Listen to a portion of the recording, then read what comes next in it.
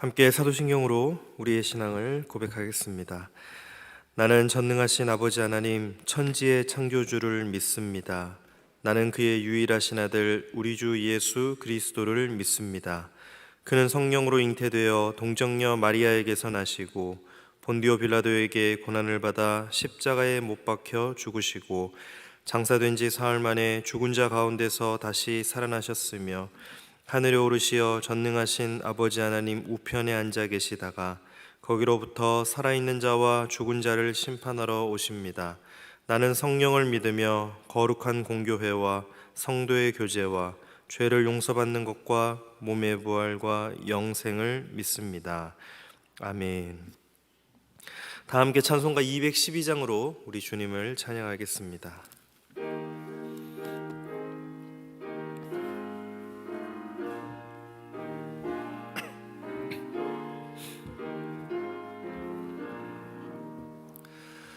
겸손히 주를 섬길 때 괴로운 일이 많으나 구주여 내게 힘주사 잘 감당하게 하소서. 인자한 말을 가지고 사람을 감화시키며 갈 길을 잃은 무리를 잘 인도하게 하소서. 구주의 귀한 인내를 깨달아 알게 하시고 굳건한 믿음 주셔서 늘 승리하게 하소서.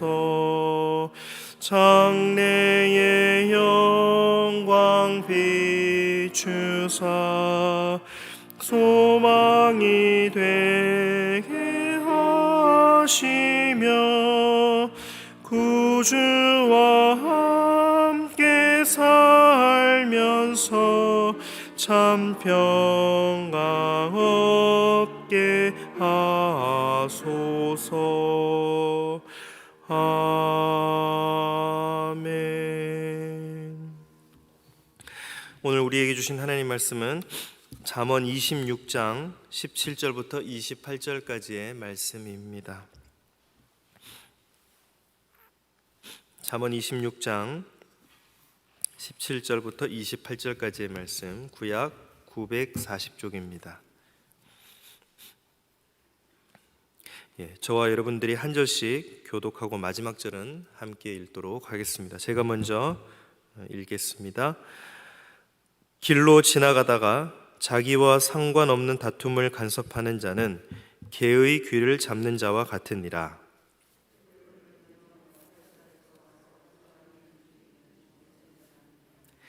자기의 이웃을 속이고 말하기를 내가 희롱하였노라 하는 자도 그러하니라.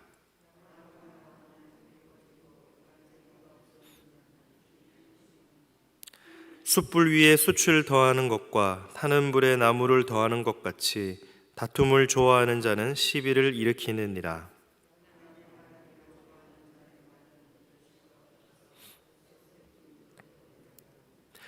온유한 입술의 악한 마음은 낮은 은을 입힌 톡이니라.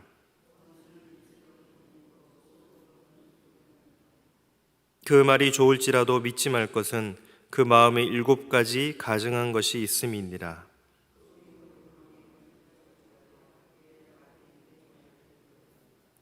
함정을 파는 자는 그것에 빠질 것이요 돌을 굴리는 자는 도리어 그것에 치이리라. 거짓말하는 자는 자기가 해한 자를 미워하고 아첨하는 입은 패망을 일으키느니라. 아멘. 네, 오늘 본문은 그 말의 중요성을 강조합니다. 여러 예를 들어서 말의 중요성에 대해서 논증하고 있습니다. 개의 귀를 잡는 것, 화살을 쏘아서 사람을 죽이는 미친 사람, 잘못한 뒤에 희롱하는 사람, 또 나무가 타는 예시, 별식 별미의 예시, 은을 입힌 토기 등의 예시를 통해서 말의 중요성을 강조하고 있습니다. 하나씩 살펴보겠습니다. 한 연구조사에 따르면 반려동물을 키우는 인구가 우리나라 한 1,500만 명 정도 된다고 합니다. 4가구 중 1가구가 반려동물을 키우고 있습니다. 반려동물 중에서 무엇이 가장 많겠습니까? 강아지이죠. 강아지가 많습니다. 많은 반려견과 양육자가 생기면서 몇 가지 에티켓이 생겼습니다. 예전에는 강아지 배설물을 처리하지 않는 사람이 덜어 있었습니다. 그러나 지금은 대부분 반려견의 배설물을 수거합니다. 외출할 때 목줄 착용은 필수 에티켓이 되었습니다. 강아지를 대하는 타인의 행동에도 에티켓이 요구됩니다. 강아지를 함부로 만지지 않는 것입니다. 강아지를 눈으로만 보든지 아니면 주인에게 허락을 구하고 만져야 올바른 에티켓이라고 합니다. 그리고 만질 때 어떻게 만집니까? 머리를 이렇게 쓰다듬듯이 살며시 쓰다듬습니다. 강아지가 귀엽다고 해서 다짜고짜 귀를 잡고 흔들면 되겠습니까? 안 됩니다. 본문 17절 히브리어 원문은 이렇게 시작합니다. 개의 귀를 잡는 자와 같다. 길을 지나가다가 자기와 상관없는 다툼을 간섭하는 자는, 이렇게 되어 있습니다. 개의 귀를 잡는 자가 먼저 나옵니다. 청자에게 흥미를 유발하기 위해서 이런 어순을 사용했습니다. 아니, 개의 귀를 잡는 자가 있다고? 누가 개의 귀를 잡았대? 무슨 일로 잡았대? 개의 귀를 잡는다고 할 때 우리는 귀여운 강아지의 귀를 잡는 것으로 생각할 수 있습니다. 그러나 과거 팔레스타인에는 아주 사나운 들개들이 많았습니다. 요즘 우리도 그런 개를 키우다가 유기된 개들이 들개로 변해서 그런 사고를 당하는 경우를 뉴스를 통해 종종 볼 수가 있습니다. 열왕기하 9장에 보면은 아합의 아내 이세벨이 죽습니다. 그 시체를 개들이 먹어버려서 이세벨을 제대로 장사하지도 못합니다. 그만큼 개들은 위협적이고 사나운 존재였습니다. 그런 개의 귀를 잡는다? 어리석은 일입니다. 이와 같이 어리석은 일이 무엇입니까? 자기와 상관없는 자의 다툼을 간섭하는 것입니다. 여러분, 다툼을 말리지 말라는 게 아닙니다. 여러분, 우리는 싸움을 그치게 하는 자가 되어야 됩니다. 화평케 하는 자가 되어야 됩니다. 하나님께서 그렇게 하지 않으셨습니까? 하나님과 원수되었던 우리를 불쌍히 여겨주셨습니다. 그래서 십자가를 통해서, 예수 그리스도의 구속사역을 통해서, 십자가의 보혈을 통해서 참된 평강을 이루셨습니다. 이 하나님의 성품이 나의 인격이 되어야 됩니다. 이웃의 불화와 갈등을 중재하는 자가 되어야 됩니다. 그런데 다툼을 간섭하지 말라니, 이 말씀을 어떻게 해석해야 될까요? 다툼을 지혜롭게 말리라는 것입니다. 때리는 시어머니보다 말리는 시누이가 더 밉다는 말이 있습니다.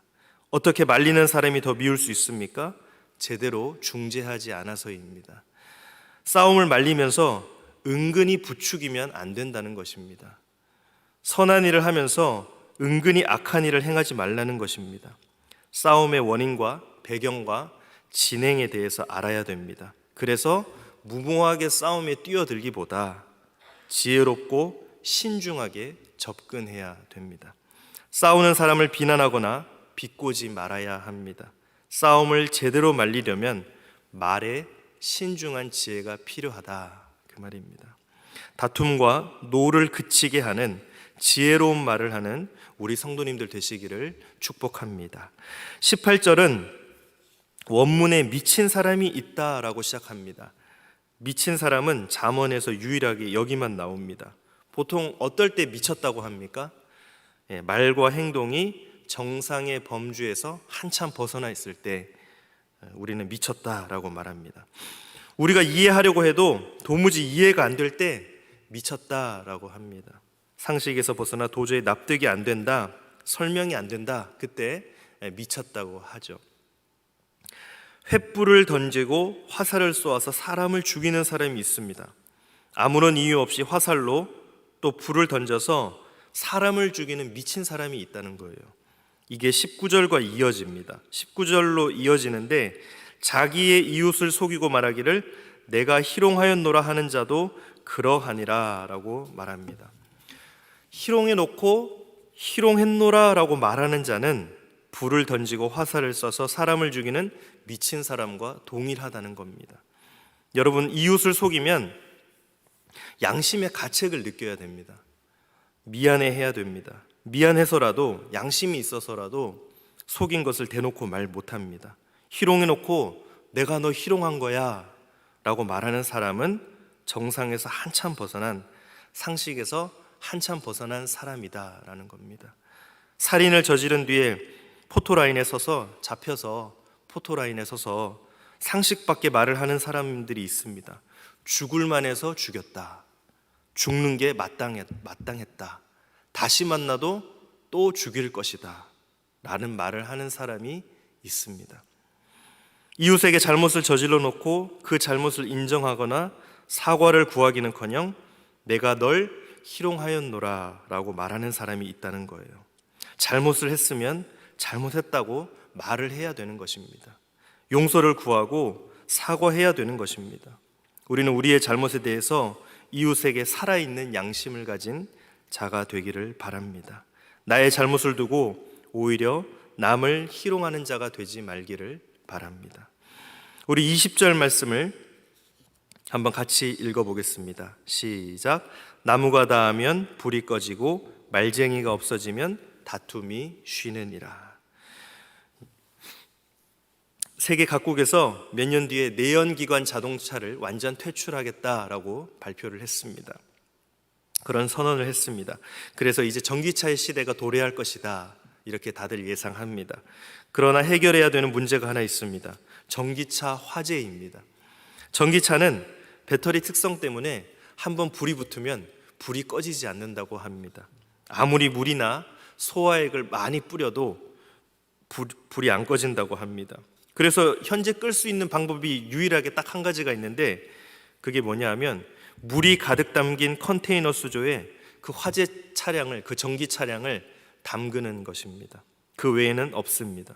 그래서 불연성의 천을 덮고 컨테이너에 넣어서 다른 곳에 이동시켜서, 안전한 곳으로 이동시켜서 다 탈 때까지 그곳에 놔둔다고 합니다. 불을 끌 수 있는 방법이 없으니까 안전한 자리로 옮기는 것입니다. 마찬가지로 말로 다툼을 일으키는 사람은 전기차 화재와 같습니다. 방법이 없어요. 그 사람이 사라져야만 다툼이 그친다고 합니다. 그 사람이 없어질 때까지, 사라질 때까지 분쟁이 계속되더라는 말입니다. 여러분, 내가 이런 사람이라면 얼마나 비참하겠습니까? 누가 조언해도, 충고해도, 혼내도 그때뿐이고 내가 있는 곳에 말다툼이 계속된다면 정말 힘들 것입니다. 사라져야만 안심이 되는 그런 사람이 되지 맙시다. 22절 말씀을 읽어드리겠습니다. 남의 말 하기를 좋아하는 자의 말은 별식과 같아서 뱃속 깊은 데로 내려가느니라. 별식은 맛있는 음식입니다. 특별식입니다. 남의 말이 별식이라니 잠언은 험담을 긍정적으로 그리는 것입니까? 아닙니다. 맛있는 특별한 음식이 뱃속 깊은 데로 내려가서 잘 소화가 되었다라는 말이 아닙니다. 성경에서 뱃속은 신체 기관이면서 내면의 자아를 말합니다. 그러니까 험담은 몸과 내면의 일부가 된다는 뜻입니다. 뱃속 깊은 데가 어디입니까? 가장 비밀스럽고 어두운 방입니다. 스올과 동의적인 의미입니다. 다른 사람을 험담하고 남에 대해서 이렇다 저렇다 말하는 것을 좋아한다면 죽음의 자리로 내려가는 것처럼 위험하다라는 것입니다. 특별히 교회에서는 다른 곳보다 험담이 많을 수 있어요. 주의해야 되는 것입니다. 맛있는 음식 먹는 것처럼 험담을 했지만 결국은 내가 죽음의 자리로 나아가는 것입니다. 23절 말씀을 읽겠습니다. 온유한 입술에 악한 마음은 낮은 은을 입힌 톡이니라. 이 23절이 가장 중요합니다. 23절에서 28절 말씀은 똑같은 말을 하는 것입니다. 표현만 약간 바뀌면서 계속 23절을 반복하고 있습니다. 23절에 온유한 입술의 악한 마음, 24절에는 입술로는 꾸미고 속으로는 속인다, 25절에는 말이 좋다 그러나 마음에 가증한 것이 있다, 26절에는 속임으로 미움을 감춘다 그러나 드러난다. 다 같은 말입니다. 무엇을 강조하는 걸까요? 우리는 마음과 입술이 일관되어야 된다는 것입니다. 23절 온유한 입술의 악한 마음은 세상 사람들이 추구하는 방식입니다. 이것이 처세술입니다. 그 사람이 마음에 들지 않지만 말로는 그를 칭찬해야 내가 괜찮은 사람이 되는 것입니다. 사회성이 뛰어난 인물이 되는 것입니다. 관계를 잘하는 사람이 되는 것입니다. 그러나 우리는 이것을 추구해서는 안 됩니다. 우리는 마음과 입술이 일관되어야 됩니다. 여러분, 마음은 악할지라도 입술은 온유한 사람이 되고 싶습니까? 아니죠. 그런데 세상 사람은 이러한 사람이 되기를 간절히 희망합니다. 마음으로는 욕하고 불평, 불만 다 가지고 있지만 입으로는 미소를 띠고 친절하게 말하는 것, 세상 사람들이 볼 때 고수의 경지에 이른 것입니다. 이런 고수가 되고 싶어 해요. 그러나 성경은 이걸 반대합니다. 그럼 무엇을 추구해야 된다고 말합니까? 온유한 입술의 악한 마음이 아니라 온유한 입술의 선한 마음을 추구해야 합니다. 온유한 입술의 악한 마음은 낮은 은을 입힌 톡이라고 말합니다. 낮은 은은 산화된 은을 재련하고 남은 은 찌꺼기입니다. 상품 가치가 없는 질이 낮은 그런 은입니다. 불순물이 끼어 있는 은입니다. 이건 가치가 없습니다. 불순물이 섞인 은을 입힌 토기는 쓸모가 없습니다. 악한 마음의 온유한 입술이 바로 그렇다는 것입니다. 아무리 입술로 아름다운 말을 꺼내도 마음이 악하면 쓸모없다는 것입니다. 우리는 무엇을 추구해야 되겠습니까? 토기에 불순물 없는 은을 입혀야 됩니다. 순도 높은 금을 입혀야 됩니다. 선한 마음의 온유한 입술이 우리가 추구해야 될 것입니다. 오늘 우리는 말에 대해서 배웠습니다. 싸움을 그치게 하는 말, 남을 용서하는 말, 선한 영향력을 흘려보내는 말을 해야 됩니다. 어떻게 가능하겠습니까? 결국 23절이 정확하게 결론으로 말합니다.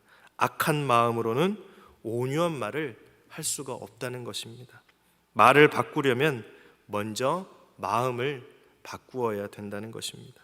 근본적인 변화가 없으면 표면적인 변화는 오래 가지 못한다는 것이죠. 처세술을 배울 것이 아니라 하나님의 성품을 배워야 된다는 것입니다. 성경은 마음에 쌓은 선에서 선을 내고 마음에 쌓은 악에서 악을 내나니 이는 마음에 가득한 것을 입으로 말함이니라 라고 증거합니다. 여러분, 우리가 선한 양심과 거짓이 없는 믿음을 추구해야 됩니다. 마음이 더럽다면 정결하게 해달라고 간구해야 하겠습니다. 생명의 근원이 마음에서부터 흘러나옵니다. 표면을 바꾸지 말고 우리가 근본을 잘 점검해서 온유한 마음에서 온유한 말이 흘러나오게 되는 오늘 하루 그런 삶을 살아가시는 복된 성도님들이 되시기를 예수님의 이름으로 축복합니다. 우리 이 시간 주신 말씀 가지고 함께 기도하겠습니다. 우리가 싸움을 그치게 하는 자, 화평하게 하는 자, 하나님이 우리를 불쌍히 여기셔서 십자가를 통해 참된 평강을 이루셨듯이 우리가 다툼과 노를 지혜로운 말을 통해서 그치게 하는 우리 모두가 되게 해달라고, 또 우리가 정말 비참한 자가 아니라, 말 때문에 비참한 자가 아니라 사라져야만 안심이 되는 그런 사람이 아니라 내가 있어야 할 꼭 필요한 그런 사람이 되게 해달라고, 그리고 우리가 말을 바꾸기 위해서 먼저 마음을 바꾸게 해달라고 이 시간 우리 주님 앞에 간절히 기도하겠습니다.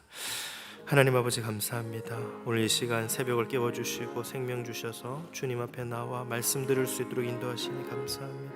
하나님, 정말 우리가 하나님이 우리를 불쌍히 여기셔서 십자가를 통해 참된 평강을 이루셨듯이 이웃의 불화와 갈등을 중재하는 자가 될 수 있도록 지혜로운 말을 통해서 다툼과 노를 그치게 하는 우리 모두가 될 수 있도록 주님 인도하여 주옵소서.